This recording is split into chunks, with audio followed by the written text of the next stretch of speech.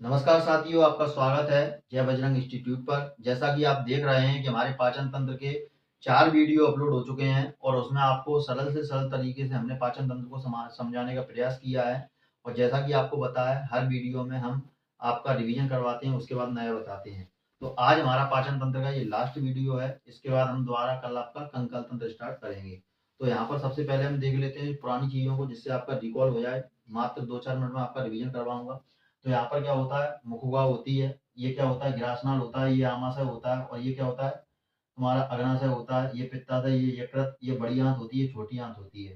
तो पाचन क्या है, इसकी प्रक्रिया जो परिभाषा थी मैंने आपको क्या बताई थी। पाचन वह प्रक्रिया है जिसमें भोजन के बड़े अणुओं को कार्बन डाइऑक्साइड कार्बोहाइड्रेट्स वसा प्रोटीन में छोटे छोटे अणुओं में इसको तोड़ देता है। इसके बाद मुखुगा क्या है, तो मुखुगा होठों और दांतों द्वारा घिरी हुई एक संरचना है, जिसके अंदर का तुम्हारे क्या पाए जाते हैं, दांत हैं, जीभ हैं। और जीभ के अंदर जो खाली जगह होती है, जीभ के जो दांत और होठों के बीच में जो खाली जगह होती है, उसके हम उसे क्या बोलते हैं, वेस्टिबुल बोलते हैं। और हमारा जो ऊपरी जबड़ा होता है, उसकी जो छत होती है, उसमें कठोर धारियां, मूर्धा और मुलायम धारियां पाई जाती है। और मुलायम धारियां में उबोला पाया जाता है, और यह भोजन को नासा गुहा में जाने से यह रोकता है। इसके बाद फिर हमने क्या पढ़ा था कि जबड़े के अंदर क्या क्या होता है। तो जबड़े के अंदर जैसे कि हमने बताया, थिकोडेंट, जो जबड़े में धसे हुए दांत होते हैं उनको हम थिकोडेंट बोलते हैं। हेट्रोडेंट दांतों के प्रकार होते हैं, जैसे कि हमने इंसीजर बताया था। जो नाक की सीध में होते हैं, 4 दांत होते हैं, चपटेदार दांत होते हैं, धारीदार होते हैं, भोजन को काटने का कार्य करते हैं। और नाक की सीध में होने के कारण इसको नोज टीथ भी कहते हैं। इनकी संख्या कितनी होती है, 4 होती है। इसके बाद हमने कैनाइन दांतों के बारे में जिक्र किया था। कैनाइन दांत नुकीले होते हैं और ये आंख की सीध में होते हैं, इसलिए इनको आई टीथ कहते हैं। यह भोजन को चीरने फाड़ने का काम करते हैं, जैसे कि हम गन्ना वगैरह चीरते हैं। इसके बाद फिर हमने देखा था तुम्हारे प्रीमोलार दांत। प्रीमोलार दांत हमारे गाल के पीछे होते हैं और इनकी संख्या 4 होती है। और इनका काम भोजन को पीसने का होता है, इसलिए इनको चिक टीथ भी कहा जाता है। इसके बाद हमने मोलार दांतों की संख्या के बारे में बताया था। मोलार दांत 6 होते हैं, जिन्हें हम अक्लदाड़ या विजडम टीथ भी कहते हैं। और इनकी संख्या कितनी होती है, 6 होती है। और इनका कार्य भी भोजन को पीसने का होता है। इसके बाद हमने दंत सूत्र देखा था। इसमें देखा था, दंत सूत्र में हमने क्या देखा था कि ऊपर के जबड़े के दांतों की आधी संख्या और नीचे के जबड़े के दांतों की आधी संख्या, और गुणा हमने 2 से किया था। जैसे कि ICPM बटे ICPM गुणा 2 बराबर इसका आंसर कितना निकला था, अपना 32 निकला था।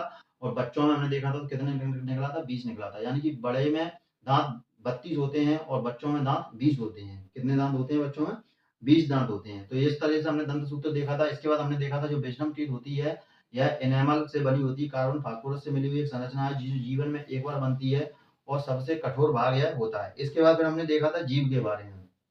जीभ के बारे में हमने क्या देखा था कि जीभ हमारी क्या कर, जीभ में स्वाद कलिकाएं पाई जाती हैं, बोलने में सहायक होती है। इसमें शीर्ष किनारे जो होते हैं वह मीठे भाग के लिए होते हैं और शीर्ष किनारे नमकीन स्वाद के लिए होते हैं। इसके बाद हमने देखा था शीर्ष मध्य किनारे जो होते हैं वह खट्टे स्वाद के लिए होते हैं। और ऊपर की तरफ हमने जो देखा था वह क्या होता है, सरकमबैलेट पेपिला, यानी कि आधारी कड़वे स्वाद के लिए होते हैं। और हमने कहा था कि उमामी स्वाद को क्या कहा जाता है, उबले हुए भोजन को जो हम करते हैं उसे हम उमामी स्वाद कहते हैं, जबकि तीखे स्वाद के लिए कोई स्वाद कलिका नहीं होती है। इसके बाद फिर हमने बताया था कि जीभ से लार स्रावित होती है और हर व्यक्ति के मुख में एक दिन में कम से कम 1.5 लीटर लार स्रावित होती है। और लार का पीएच मान 6.6 होता है, जबकि खाना खाने से पहले यदि पीएच मान नापा जाए तो 7.4 होता है और खाना खाने के बाद पीएच मान 5.8 होता है। इसके बाद हमने बताया था कि लार का काम भोजन को पचाने का होता है और इसमें एंजाइम पाए जाते हैं। फिर हमने ये भी बताया था कि लार ग्रंथियां 3 जोड़ी में पाई जाती हैं। सबसे बड़ी पैराटिड लार ग्रंथि होती है, जो हमारी कान के नीचे गाल के पीछे पाई जाती है और यहाँ से 25% लार का स्त्रावण होता है। दूसरी हमने बताई थी जो हमारी लार ग्रंथि थी, कौन सी थी, सबलिंगुअल लार ग्रंथि हमने तो बताई थी है कहाँ पर उपस्थित होती है, तो हमारी जीभ के नीचे उपस्थित होती है। 5% लार यहाँ से स्त्रावित होता है, यह सबसे छोटी लार ग्रंथि होती है। इसके बाद हमने सब मैंडिबुलर लार ग्रंथि के बारे में आपको बताया था। यह जबड़े के नीचे उपस्थित होती है और 70% लार का स्त्रावण यहाँ से होता है। इसके बाद हमने बताया था कि इसमें एंजाइम होते हैं। पहला हमने बताया था सलाइवरी एंजाइम बताया था, जिसे सलाइवरी एमाइलेज या टाइलिन एंजाइम कहते हैं। यह स्टार्च को, जो भोजन से प्राप्त हमको स्टार्च होता है, स्टार्च को है तोड़कर किसमें परिवर्तित कर देता है, माल्टोज में परिवर्तन कर देता है। इसके बाद माल्टेज एंजाइम के बारे में हमने चर्चा की थी। माल्टेज एंजाइम क्या करता है, माल्टेज एंजाइम माल्टोज को ग्लूकोज और ग्लूकोमा में परिवर्तित कर देता है। इसके बाद हमने बताया था आपका तीसरा एंजाइम कौन सा था, लाइसोसोम एंजाइम, जिसके बारे में हमने चर्चा की थी। और लाइसोसोम एंजाइम क्या होता है, भोजन से प्राप्त हानिकारक अणुओं को यह क्या करता है, नष्ट कर देता है। और लाइसोसोम एंजाइम हमारे आंसू के साथ साथ पसीने में भी पाया जाता है। लार में तो पाया ही जाता है, साथ में आंसू और पसीने के में भी यह पाया जाता है। इसके बाद फिर हमने क्या देखा था, इसके बाद फिर हमने ग्रास नाल देखा था। ग्रास नाल जैसा कि आप देख रहे हैं, ये वाला ग्रास नाल होता है, इसकी लंबाई कितनी होती है, 15 सेंटीमीटर होती है। और इसमें हमने बताया था इसमें दो भाग होते हैं, एक ऊपर का भाग होता है नजल कैविटी और नीचे का होता है कौन सा, बकल कैविटी। नजल कैविटी यानी कि नाक, यहाँ से हम सिर्फ वायु अंदर ले सकते हैं और बकल कैविटी से हमारे भोजन के साथ साथ वायु भी अंदर जाती है। इसके बाद हमने कहा था कि इसके अंदर एक ग्रसनी होती है, ग्रसनी में दो पाइप होते हैं, एक बिंड पाइप होता है जिसे हिंदी में ट्रैकिया कहते हैं, और इसके ऊपर जो प्रवेश मार्ग होता है उसे हम ग्लोटिस कहते हैं, और ग्लोटिस के ऊपर जो कैपनुमा संरचना होती है उसे हम क्या कहते हैं, तो उसे हम कहते हैं इपिग्लोटिस। इपिग्लोटिस का कार्य क्या है, जब हम खाना खाते हैं तो खांसते समय, हमें खाना खाते समय या छींक आती है, खांसी आती है, तो ये कैपनुमा जो संरचना होती है यह बंद हो जाती है और यह नासा गुहा में खाने को जाने से रोकती है। इसके बाद दूसरा जो पाइप था उसे हम भोजन नलिका कहते हैं, और इसका जो प्रवेश मार्ग होता है उसे हम गुलेट कहते हैं। क्या कहते हैं, गुलेट कहते हैं। इसके बाद हमने कहा था कि मुख में जो भोजन उपस्थित होता है उसे हम बोलस कहते हैं, और मुख से ही भोजन का पाचन स्टार्ट हो जाता है। लेकिन ग्रास नाल में भोजन का पाचन नहीं होता है, इसमें लार ग्रंथियां नहीं पाई जाती है, इसमें म्यूकस पाया जाता है। म्यूकस क्या करता है, भोजन को चिकनाहट प्रदान करता है, जिससे भोजन आमाशय में आ जाता है। और ग्रास नाल का मुख्य काम क्या है कि मुख गुहा से भोजन को आमाशय तक ले जाना। इसके बाद हमने आपको क्या बताया था कि जो आपका ग्रास नाल होता है उसमें किरमानुपंचन गति होती है, यानी कि एक बार खाना आता है तो यूं और फिर एक बार यूं, जैसा मैंने चित्र छाप के आपको बताया था। तो एक बार शीतलन और एक बार संकुचन, ये गति होती है। इसके बाद फिर हमने क्या देखा था, इसके बाद फिर हमने देखा था आंत। कौन सी आंत देखी थी हमने, छोटी आंत देखी थी, सॉरी आमाशय देखा था। पहले हमने क्या देखा था, आमाशय। तो आमाशय में हमने बताया था कि आमाशय के भाग होते हैं, जैसे कि ग्रास नाल का जो भाग है वह आमाशय के कार्डियक भाग में खुलता है। उसके बाद यह बॉडी में जाता है, बॉडी में 4-5 घंटे तक भोजन रहता है, उसके बाद उसका पाचन होता है। इसके बाद हमने बताया था कि जो ऊपर वाला भाग होता है उसे हम फंडस कहते हैं, फंडस में गैसें भरी हुई रहती हैं। और फिर जो नीचे वाला भाग होता है उसे हम पायलोरिक बोलते हैं। क्या बोलते हैं, पायलोरिक बोलते हैं। इसके बाद फिर हमने बताया था कि आमाशय में रुगे होते हैं जो भूख लगने पर खड़े हो जाते हैं, जिससे हमें खाली पेट पर पेट में दर्द का आभास होता है, और हम जब भी बोलते हैं कि मम्मी हमें भूख लग रही, खाना दे दो, पेट में चूहे कूद रहे हैं, तो वह रुगे के कारण ही होता है। इसके बाद हमने बात करा था कि आमाशय से HCl का रिसाव होता है, और आमाशय की जो आंतरिक दीवार होती है वह म्यूकोसा परत से मिलकर बनी होती है, और म्यूकोसा परत से क्षार का स्रावण होता है। जब क्षार और HCl दोनों का मिलन होता है, न्यूट्रल हो जाता है, और न्यूट्रल के कारण क्या है, आमाशय की जो आंतरिक दीवार है वह क्षरण होने से बच जाती है। HCl का मुख्य कार्य क्या होता है, तो HCl में हम देखेंगे HCl का मुख्य कार्य होता है यह भोजन का पाचन कर अम्लीय प्रकृति में बदल देता है, और यह टाइलिन एंजाइम के प्रभाव को भी कम करता है। इसके बाद हमने देखा था यह भोजन से प्राप्त हानिकारक अणुओं को भी नष्ट कर देता है। इसके बाद जो म्यूकोसा परत होती है वहां पर जठर ग्रंथि पाई जाती है। जठर ग्रंथि में तुम्हारा जठर रस निकलता है, और जठर रस से हमारे जो एंजाइम होते हैं उन एंजाइम के बारे में मैंने बताया था। कौन कौन से एंजाइम बताए थे मैंने आपको, सबसे पहले बताया था आपका कौन सा एंजाइम, पेप्सिन एंजाइम बताया था। पेप्सिन एंजाइम क्या करता है, यह प्रोटीन को पॉलीपेप्टाइड या पेप्टोन्स में परिवर्तित कर देता है। दूसरा मैंने बताया था आपको रेनिन एंजाइम। रेनिन एंजाइम क्या होता है, यह दूध में पाई जाने वाली केसीन प्रोटीन को किसमें बदल देता है, दूध में पाई जाने वाली केसीन प्रोटीन को यह कैल्शियम पैरा कैसीनेट में परिवर्तित कर देता है। और रेनिन एंजाइम किसमें पाया जाता है, तो रेनिन एंजाइम आपका रोमांती पशुओं यानी कि जो दुधारू पशु होते हैं उनमें पाया जाता है, और साथ ही साथ यह नवजात शिशु से लेकर 8 वर्ष तक के बच्चों में यह पाया जाता है, और एक वयस्क के शरीर में रेनिन एंजाइम अनुपस्थित रहता है। इसके बाद मैंने आपको बताया था जठर लाइपेज एंजाइम। कौन सा बताया था, जठर लाइपेज एंजाइम। जठर लाइपेज एंजाइम का कार्य क्या है, यह वसा को वसी अम्ल और ग्लिसरॉल में परिवर्तित कर देता है। इसके बाद मैंने आपको क्या बताया था, इसके बाद मैंने आपको बताया था जठर म्यूसिन एंजाइम। यह भोजन से प्राप्त जो HCl, यह आमाशय को क्या करता है, HCl के प्रभाव से बचाता है, और HCl के कार्य क्या है वो मैंने आपको बता दिए थे। इसके बाद मैंने बताया था कि आमाशय का जो pH मान होता है वह कितना होता है, 1.5 से लेकर 3.5 तक इसका pH मान होता है। इसके बाद हमने क्या बात की थी, आमाशय के बाद फिर हमने बात की थी कहां पर, अपनी छोटी आंत पर। और छोटी आंत की हमने क्या बताया थी, छोटी आंत यह सबसे बड़ा भाग होता है मनुष्य शरीर के अंदर, और इसकी लंबाई कितनी होती है, 6.25 मीटर इसकी लंबाई होती है, और इसमें 3 भाग पाए जाते हैं। कौन से बताए थे मैंने, दीदी, जीजा और एलिसा, यानी कि डियोडेनम, जेजुनम और इलियम। जो डियोडेनम भाग होता है इसकी लंबाई कितनी होती है, तो इसकी लंबाई मैंने आपको बताई थी 25 सेंटीमीटर इसकी लंबाई होती है। कितनी लंबाई होती है, सॉरी इसकी लंबाई मैंने आपको कितनी बताई थी, 6.25 ऐसी करके कुछ मैंने आपको लंबाई इसकी बताई थी, आप उसमें देख लेना अपने नोट्स में, हो जाता है जल्दी जल्दी बोलने में।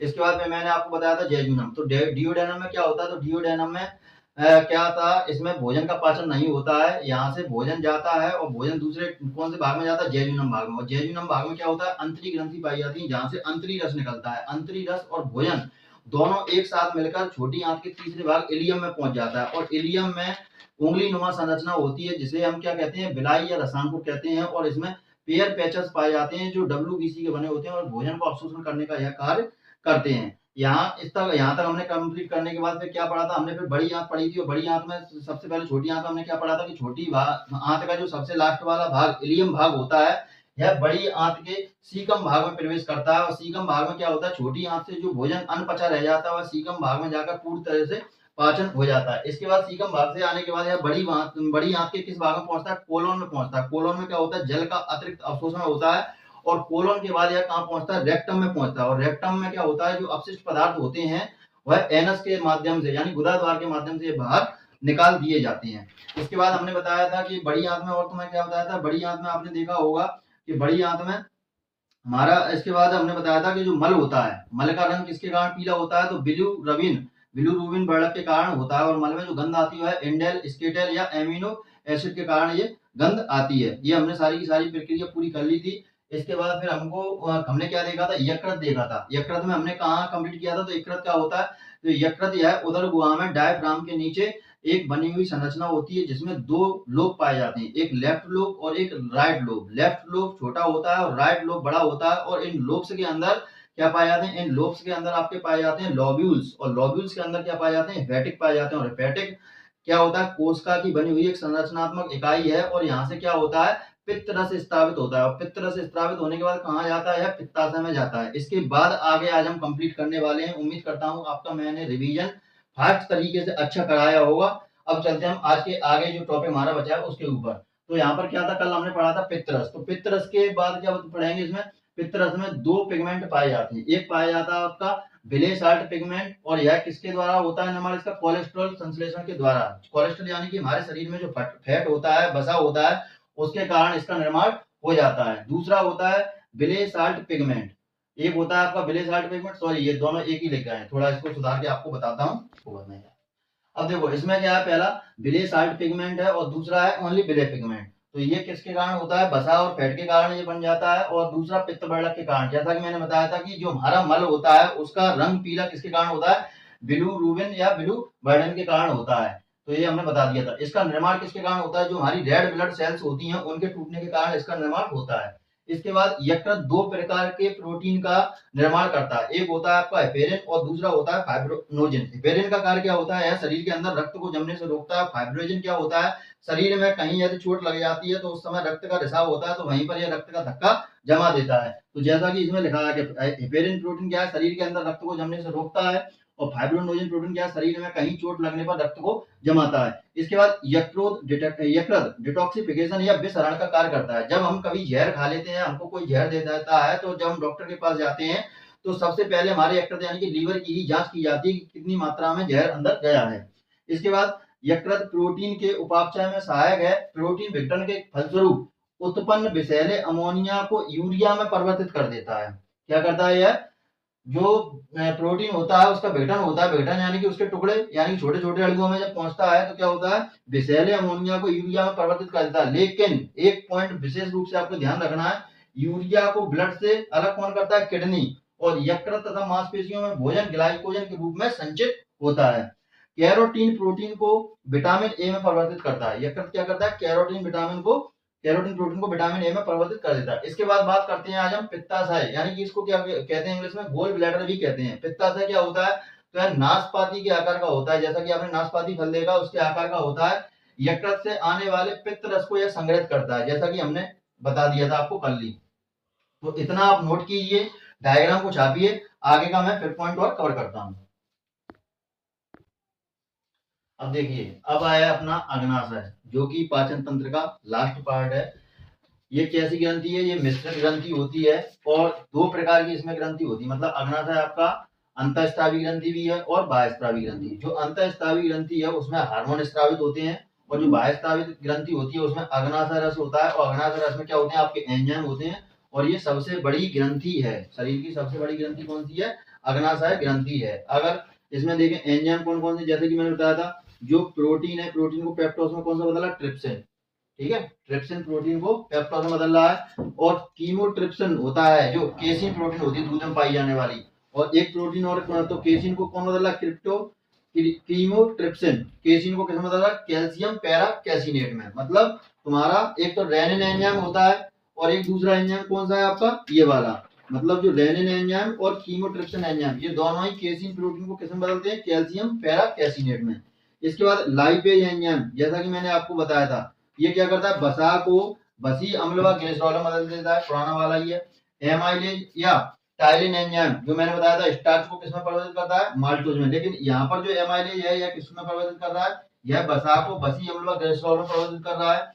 एमाइलेज एंजाइम स्टार्च में तुम्हारा कौन सा है, ये स्टार्च को माल्टोज में परिवर्तन कर रहा है। यहाँ पर एमाइलेज है, एमाइलेज, ठीक है, एक एमाइलेज है एक एमाइलेज है, तो ये किसको कर रहा है, माल्टोज में। और जो माल्टेज होता है हमारा, माल्टोज को ग्लूकोज और ग्लूकोज में तोड़ देता है। तो ये था हमारा अग्नाशय है, पूरा कंप्लीट हो गया। इस तरीके से हमने पूरा पाचन तंत्र कंप्लीट किया।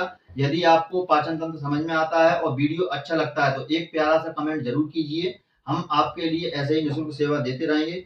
तब तक के लिए मिलते हैं अगले वीडियो में। जय हिंद, जय भारत।